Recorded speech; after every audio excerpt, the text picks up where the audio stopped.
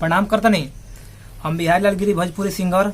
एगो हमार अपन चैनल खुलल बटे भोजपुरिया तरंग, जमुना पर अभी हमार चैनल नया नया खुलल बटे, जमुना करवा सब सब्सक्राइब कर ली। काहे कि पर हमार सब वीडियो जाई, ऑडियो वीडियो जितना लाइव वीडियो हुई हमार प्रोग्राम के हुई वगैरह, जितना भी हमारा इंटरटेनमेंट बाटे, जितना भी कॉमेडी बाटे, सब ए चैनल पर जाई। तो वह सब पहले ही से हथियार तैयार रखी, एकरा के सब्सक्राइब कर ली। काहे कि तबे न जाई तो वह सब देखब, प्यार दुलार स्नेह दी पूरा एकरा के।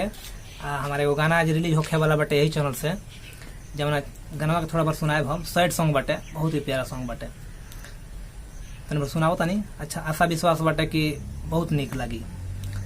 कि प्यारे कोनो परसो के कोइल न रहे, भूल गइलू ऐसे जैसे भइल न रहे। प्यारे कोनो परसो के कोइल न रहे, भूल गइलू ऐसे जैसे भइल न रहे। तोहरे ही गम में मरिले सितम में, तोहारा नियन दिल मोइल न रहे।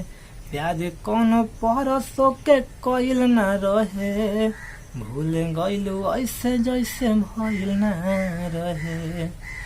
तो ई गाना आज रिलीज होत रहल बटे पर, और वह सब एकरा के ज्यादा से ज्यादा शेयर करी, कमेंट करी, जितना भी अपन प्यार दुलार दी, अपन अपन बताई कैसन गाना रह सब सुने के चाहतनी हो बता सकते रहुआ। आ ये गाना के ज्यादा से ज्यादा लाइक करी, कमेंट करी, और ये चैनल के सब्सक्राइब कर ली। काहे कि सब्सक्राइब करब तबे नहीं पर गाना जाई तो अपना भाई के प्यार दुलार स्नेह देहब। बस इतना ही कहब। जय माता दी।